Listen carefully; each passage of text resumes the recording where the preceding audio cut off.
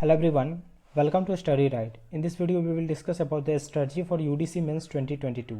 इस वीडियो में हम ESIC UDC मेंस 2022 की स्ट्रेटजी के बारे में डिस्कस करेंगे। आपको आने वाले 30 या 40 दिन में कैसे प्रिपरेशन करनी है, उन सारी बातों को इस वीडियो में देखेंगे। कल आपका UDC प्रीलिम्स का एग्जाम ओवर हो गया, तो अब आपको पता है अगर आपका 80 प्लस अटेम्प्ट्स वगैरह है तो आप बेझिझक मेंस की प्रिपरेशन स्टार्ट कर दो, क्योंकि इसमें स्टेट वाइज कट ऑफ जाते हैं तो कट ऑफ लो ही रहेगा पिछले 2019 के मुकाबले, क्योंकि इस बार GA वगैरह जो था वो हिस्टोरिकल बैकग्राउंड्स वगैरह था और हम लोग बैंकिंग की प्रिपरेशन करते हैं तो उनके लिए थोड़ा ये GA थोड़ा टफ साइड पे था। ठीक है, तो इस बार थोड़ा कट ऑफ कम ही रहेगा। तो अगर आपका 80 तक अटेम्प्ट्स वगैरह है तो आप आराम से मेंस की प्रिपरेशन स्टार्ट कर सकते हो। तो चलिए इस वीडियो को शुरू करते हैं।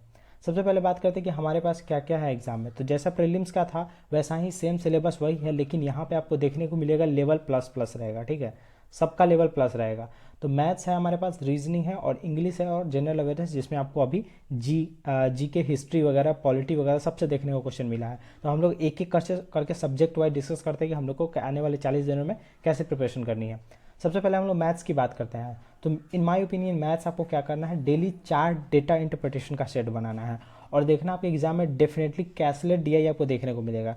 कैसलेट जो होता है ऐसे वाला, ये वाला कैसलेट, ठीक है, आपको डेफिनेटली देखने को मिलेगा। तो इसलिए आपको डेली नॉर्मल क्वेश्चन ही प्रैक्टिस करनी है, क्योंकि मॉक में जो भी क्वेश्चन रहता है थोड़ा लेंदी भी रहता है, लेकिन मॉक्स के क्वेश्चन तो करने ही है। प्लस डेली आपको 2 कैसलेट DI कहीं PDF से या फिर किसी मॉक से ही डेली 2 कैसलेट DI करना ही है। कभी कभी होता है कि मॉक में कैसलेट DI नहीं भी रहता है, तो मान लो आज आप एक मेंस का मॉक दिए उसमें कैसलेट DI नहीं है, तो आपको कैसलेट DI उस दिन भी प्रैक्टिस करनी है। प्लस 2 नॉर्मल DI आपको प्रैक्टिस करना है, ठीक है, जिसमें कैलकुलेशन बेस्ड वगैरह होता है। तो कैलकुलेशन बेस्ड भी DI आ सकती है।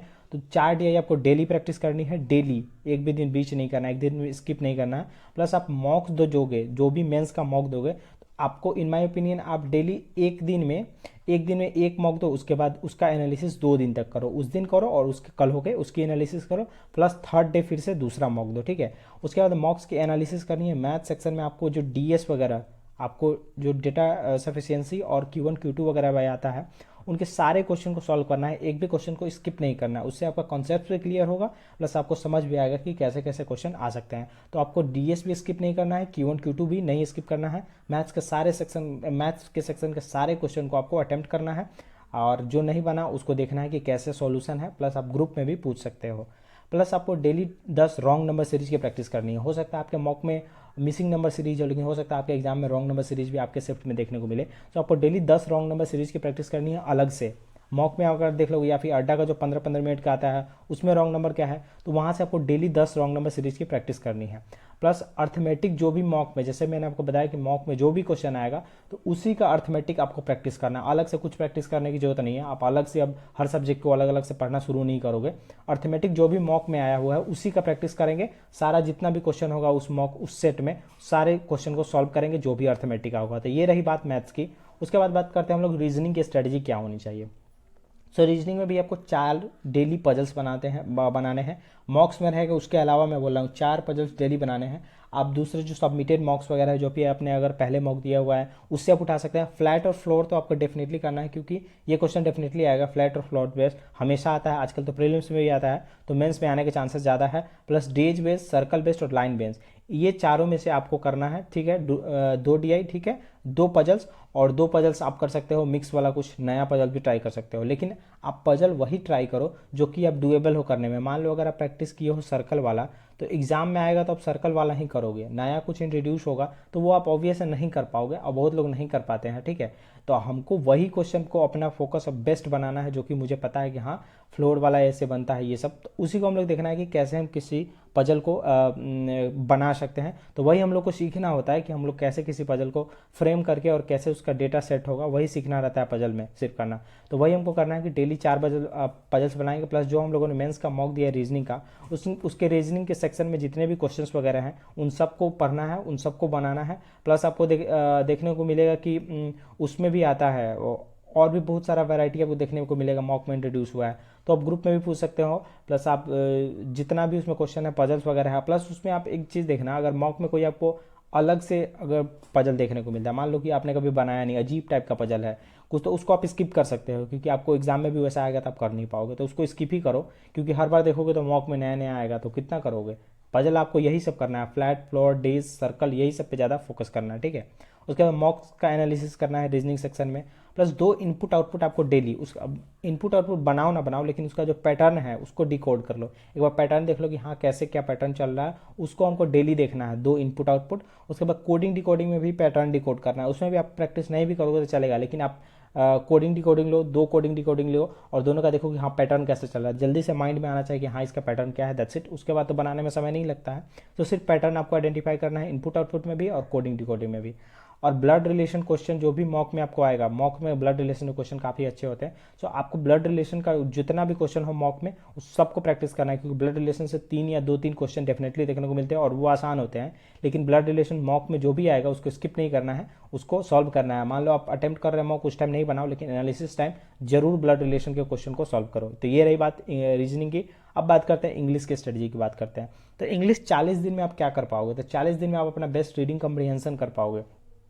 आपको डेली न्यूज़पेपर पढ़ना है। अब न्यूज़पेपर पढ़ने का मैं इसलिए कहता हूँ क्योंकि आप तो एक तो वर्ल्ड वाइड कनेक्टेड रहोगे, दुनिया में क्या कैसे चल रहा है वो सब आपको पता रहेगा, सेंटेंस फॉर्मेशन आपको अच्छे से आएगा। आप कहीं पे फिलर्स वगैरह देखोगे तो हो सकता है आपने जो पढ़ा है उसी से हो सेंटेंस फिलर, सेंटेंस अगर समझ में आएगा तभी आप सेंटेंस फिलर भी कर पाओगे। तो इसके लिए आपको डेली न्यूज़पेपर पढ़ना है। आप इंडियन एक्सप्रेस पढ़ सकते हो या द हिंदू पढ़ सकते हो। तो अगर आपने कभी द हिंदू पढ़ा ही नहीं है तो आपके लिए ये टफ साइड रहेगा, तो आप इंडियन एक्सप्रेस से स्टार्ट कर सकते हैं। और जो लोग पढ़ रहे हैं उनके लिए तो बहुत अच्छा है, क्योंकि पेपर पढ़ना काफ़ी ज़रूरी है आजकल के एग्ज़ाम के लिए, क्योंकि समझ मेंस जो भी एग्जाम होता है, बैंकिंग का जो भी एग्जाम देखोगे तो मेंस अंडरस्टैंडिंग बेस्ड रहता है इंग्लिश का पेपर। उसमें जो भी क्वेश्चन ग्रामेटिकल उतना नहीं रहेगा लेकिन सब अंडरस्टैंडिंग बेस्ड रहेगा। छोटा छोटा पैसेज दे देगा, उससे 2-3 क्वेश्चन पूछ देगा, तो सब अंडरस्टैंडिंग बेस्ड है। उसके बाद प्रैक्टिस फ्रॉम मॉक। इंग्लिश के लिए मैं हमेशा सजेस्ट करता हूँ कि आपको मॉक से ही प्रैक्टिस करनी चाहिए। मॉक में आप जितना भी क्वेश्चन आए हो उन सारे क्वेश्चन को करो, एक भी क्वेश्चन को छोड़ो नहीं। आप देख रहे हो कि आपने बी अटेम्प्ट किया, आंसर ए है, तो क्यों ए है उसकी एनालिसिस पढ़ो। हाँ ये बोरिंग लगता है बट लेकिन उसकी एनालिसिस पढ़ो कि हाँ ये क्यों, ए को क्यों सही किया है और बी को क्यों सही नहीं किया है। तो आपको हर क्वेश्चन की एनालिसिस करनी है। डेली 1 इंग्लिश सेक्शनल मॉक, ठीक है। तो आपको जैसे मैंने बताया कि आपको एक मेंस का मॉक देना है 2 दिन में, 2 दिन तक उसकी प्रैक्टिस करो, फिर 3rd डे में आप दो दूसरा मेंस का मॉक, ठीक है। लेकिन इंग्लिश का सेक्शनल मॉक आपको डेली देना है, ठीक है, उसमें स्किप नहीं करना। डेली आपको इंग्लिश का सेक्शनल मॉक देना है प्लस उसकी एनालिसिस करनी है डेली, ठीक है।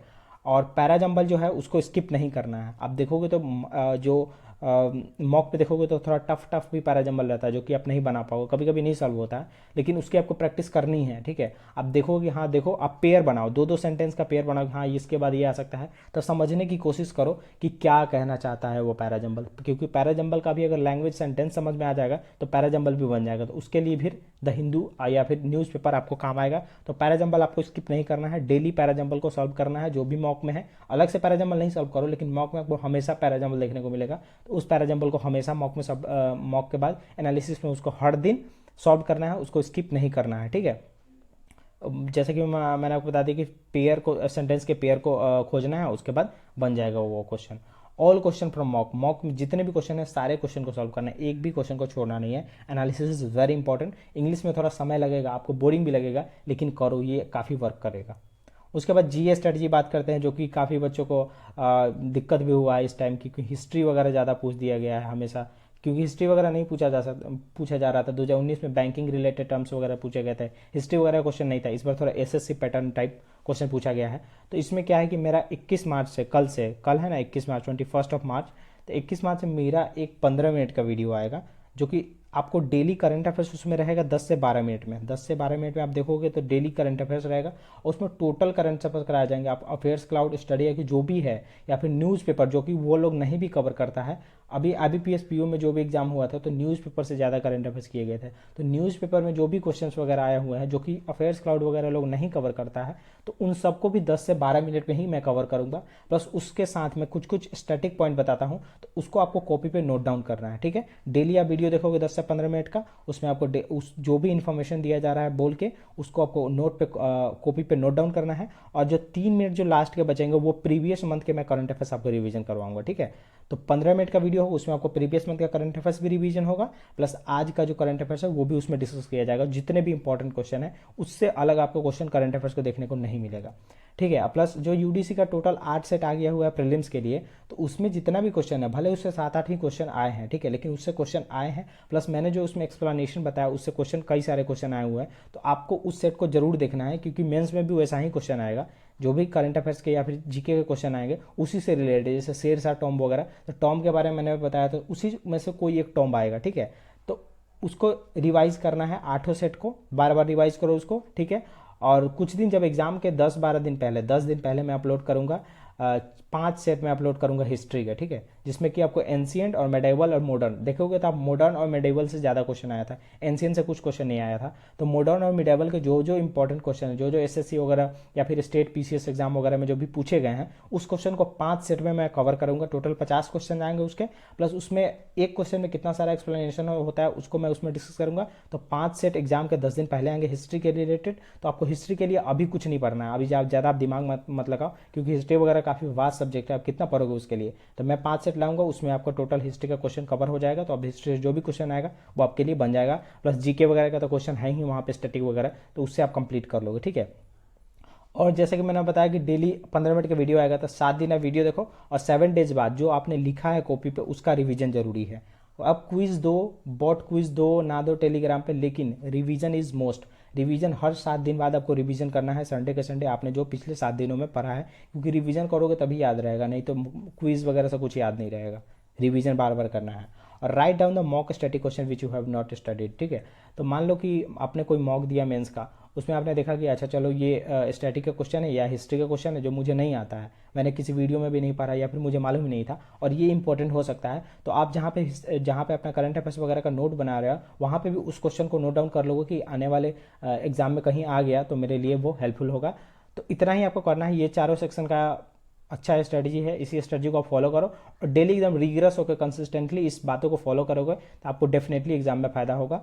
सो I hope you like the video. If you like the video, do like the video and also share with the friend and subscribe the channel for daily updates. Good bye, see you in the next video.